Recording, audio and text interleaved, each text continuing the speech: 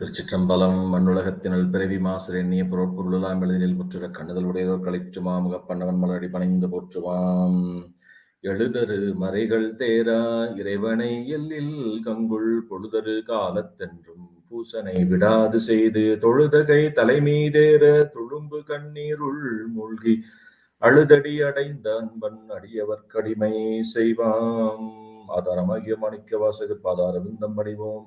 பண்டு செய்த தீதான பாவங்கள் எல்லாம் தீர்ந்து ஞானோ உதயம் வந்து கூடிடுமே திருச்சிற்றம்பலம். Dear devotees, welcome back to the Manikkavasagar Life History English Discourse Series. With the blessings of the Lord Shiva, we are here to think through the wonderful history of Shri Manikkavasagar Swamigal. Let me bow my head to the lotus feet of Shri Manikkavasagar Swamigal and also to the 57th pontiff of Kunambatti Kalyanapuri Adina, Srila Sri Guru Gomathinayagam, Srila Sri Sivam Manikkavasagar Swamigal as well. By the grace of the Almighty Lord Shiva, let's go ahead and get started. So, where we left the session in the last class is that Lord Shiva came as a young lad and to help Vandipati. Now, Shiva took the spade and went to the river bank of Vaigai, where everyone was busy struggling to put mud on the embankment. The rain had temporarily stopped. Lord Shiva, in disguise as a boy, looked around. Then he found a big tree nearby with huge roots.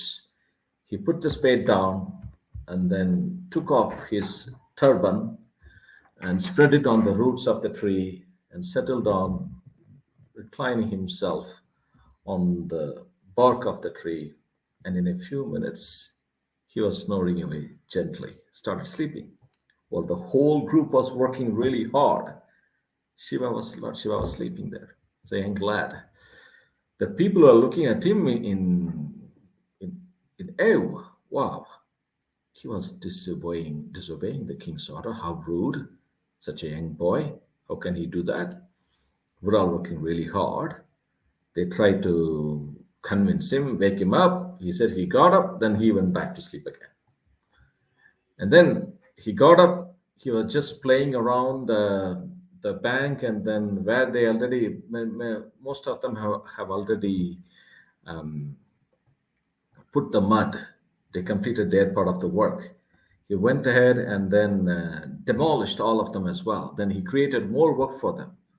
Then they said, well, he would rather sleep instead of asking him to work. Then he went back to the tree again and started sleeping. Then soon after, King Adimathana, accompanied by his retinue, came on horseback to inspect the work that's being done. He was seeing the progress. People are working really hard. And suddenly his eye caught the sight of this happy lad snoring away without any care.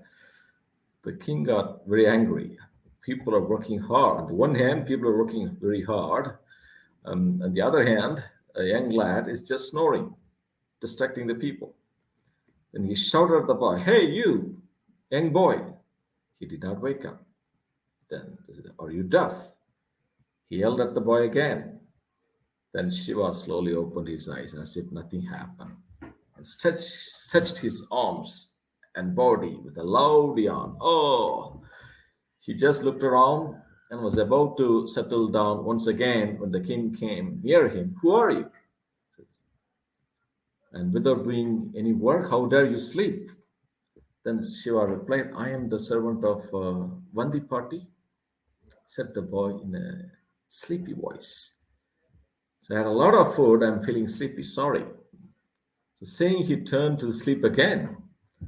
And then the king got really furious. It literally, Lord Shiva drove him up the wall. He took out his cane, and in a moment, the cane snapped on the back of the boy. Adimathana, the king, hit Lord Shiva on his back. The very next moment, the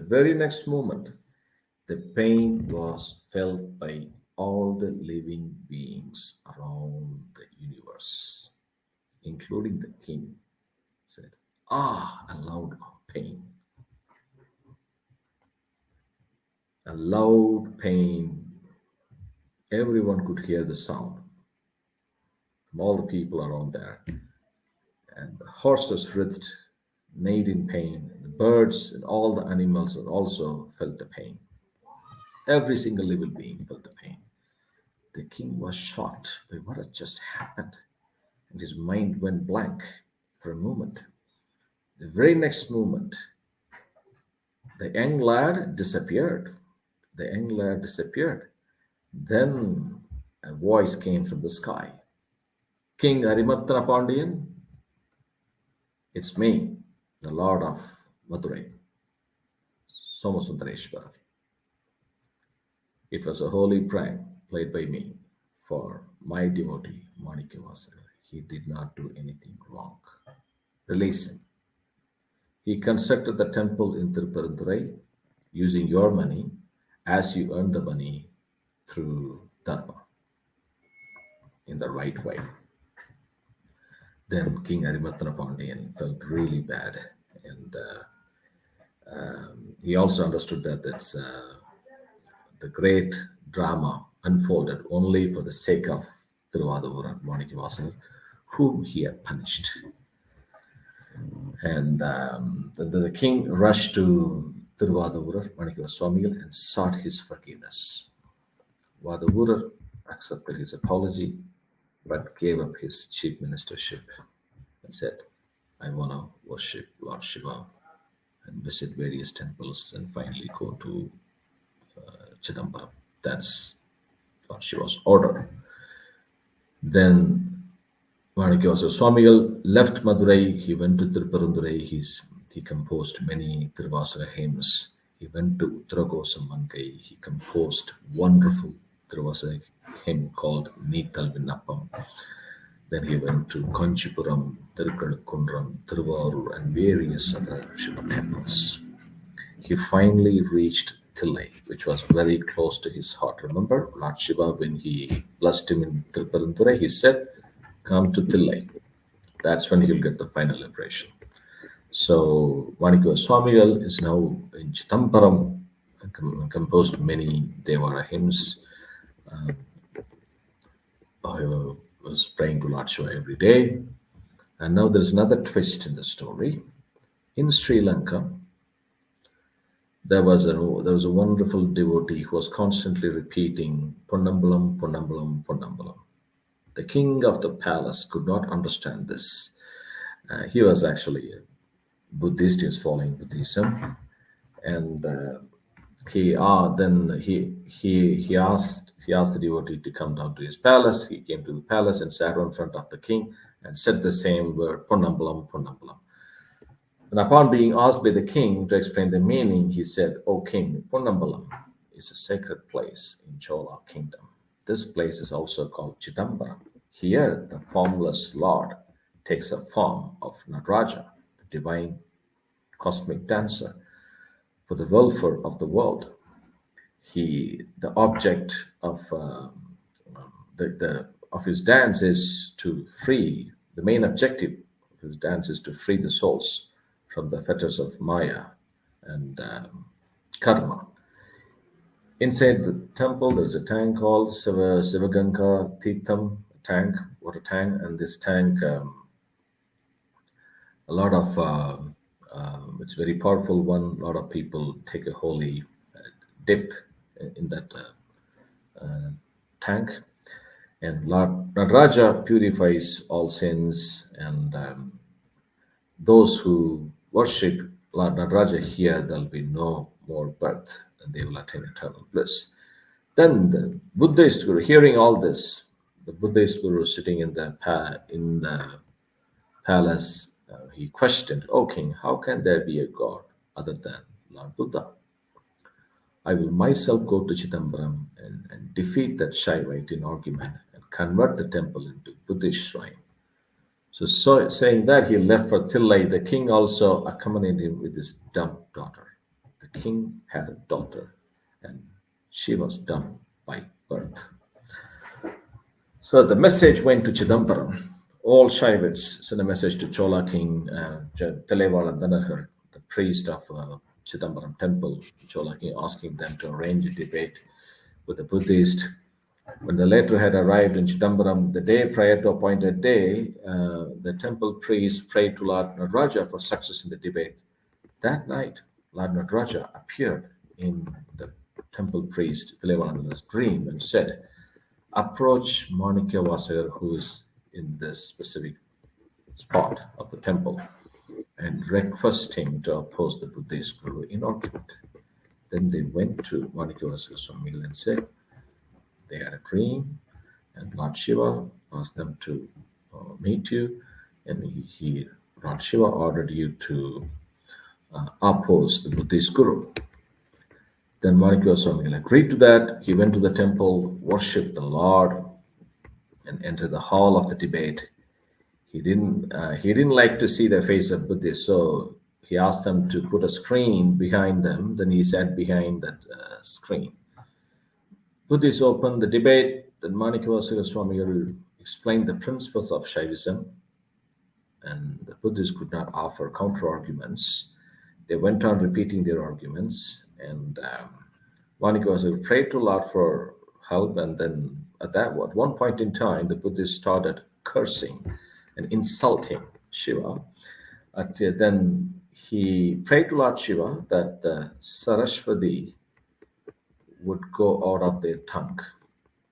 And by the grace of Lord Shiva, Saraswati immediately left their tongue, all of their tongue, and the Buddhists became dumb. All of them, they couldn't speak. Buddhists were defeated in the argument. The king, the Buddhist king from Sri Lanka, he understood Manikkavasagar's greatness, that he said, you have made my teacher and all his disciples dumb. If you can make my dumb daughter speak, myself and my subjects will embrace Shaivism. The Manikkavasagar asked him to bring his daughter in front of him.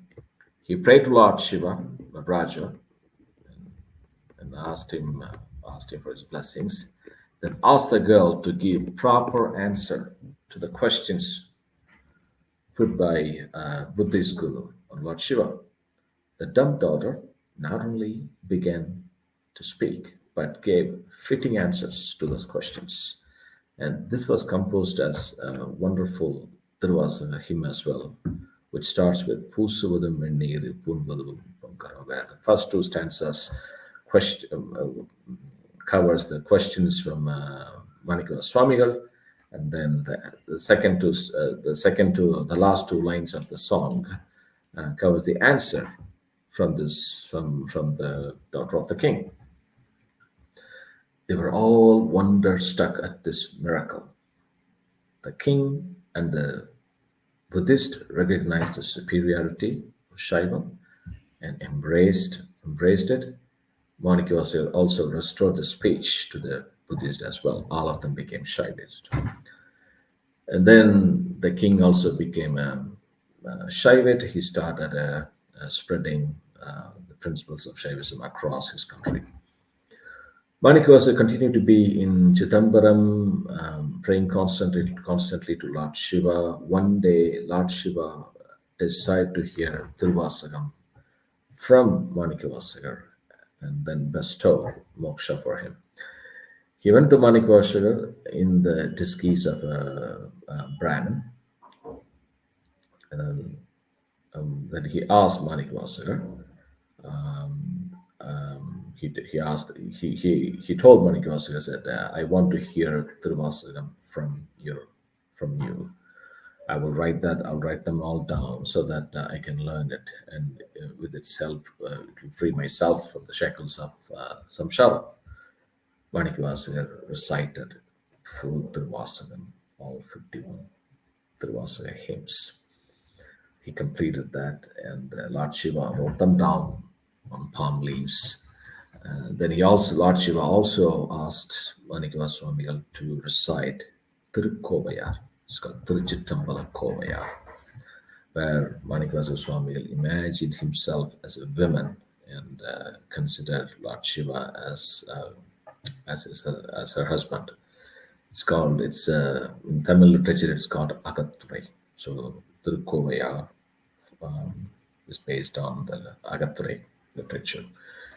He recited that as well, and Lord Shiva wrote that down. And then Lord Shiva said, as Manikkavasagar said, written by the Lord of Purnambalam, Alaya Thiruchitrambalam Kutam. And he marked his signature and then kept it on the steps of Kanagasabai, the Golden Court. Then he disappeared. He suddenly disappeared. And then the next day morning, the temple priest, Televandana, came and saw this palm leaves, and they saw Tiruvasagam and Tirukovaya. Then they went to Manikkavasagar and said they found this, and this is a signature of Lord Shiva himself in that palm leaf.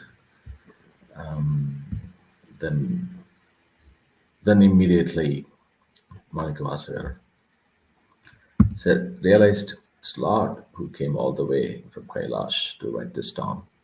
Then the Televalandana asked him for the meaning of Tiruvasagam and Tirukovaya, meaning of the hymns. Then he showed the Lord Nataraja's lotus feet, said he is the meaning of all that has been written in that palm leaves. Then Manikkavasagar merged with Lord as a flash of light. He was 32 when he got merged with Lord Shiva. That's all about the history of Sri Manikkavasagar Swamigal. And if you want to know more about Manikkavasagar history, I would recommend reading through Thiruchitrambalam Puranam and also Tiruvadavurigal Puranam.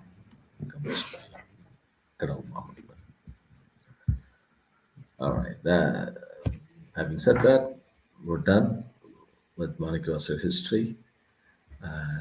Let's bow our head to the lotus feet of Srimad Manikkavasagar Swamigal and make use of this great life given by Lord by praising the Lord Shiva and also recite Tiruvasagam and Tirukovaya as much as we can. Thiruchitrambalam. எழுதரு மறைகள் தேர இறைவனை எல்லில் கொங்குள் பொழுதரு காலத்தென்றும் பூசனை விடாது செய்து தொழுதகை தலைமீதேற துளும்பு கண்ணீருள் மூழ்கி அழுதடி அடைந்த அன்படியவர் கடிமை செய்வாம்.